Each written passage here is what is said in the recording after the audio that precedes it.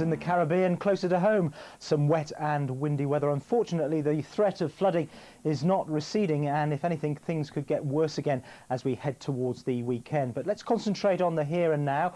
We've got some rivers on red alert in Wales: the Wye, the Log, the Monnow, the Usk and the Vyrnwy, and also the upper parts of the River Severn are full to bursting. And we've still got some rain around, albeit in the form of heavy showers, but as you'll be able to see in a moment, those showers are clumping together across Northern Ireland and southern parts of Scotland to give some longer spells of rain, and that could happen just about anywhere. They are being driven on by some very strong and gusty winds, the winds touching, what, 50 to 70 miles an hour in places, so a combination of the heavy showers and the gusty winds giving some pretty difficult driving conditions.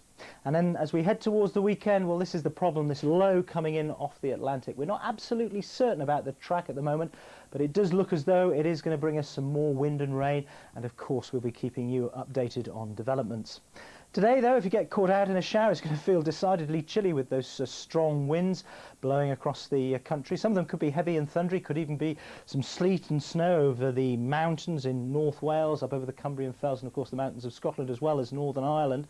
And then later in the day, perhaps another area of more persistent rain rushing along the channel. Now, the computer picks that up quite nicely. You can see that wet weather heading across into the near continent overnight, but notice how these showers keep going elsewhere, and those little flecks of white in the Northwest Highlands, well, those are some quite heavy snow showers. In fact, in more sheltered spots, temperatures could fall to 2 or 3, and that could mean some ice as well. So we've got this run of west or northwesterlies at the moment. They'll continue to Thursday and into Friday. So the weather really not changing very much. We'll keep the blustery winds, we'll keep the showers coming in from the west to the northwest, some of them heavy and thundery, some of them wintry over the higher ground in the north. On Friday, though, the first of that rain coming in for the weekend, appearing across the far west of the British Isles. As we go into Saturday, I think we're likely to find that wet weather spreading perhaps as far north as Northern Ireland and southern Scotland, but it's by no means certain at the moment, and some very strong winds in the south.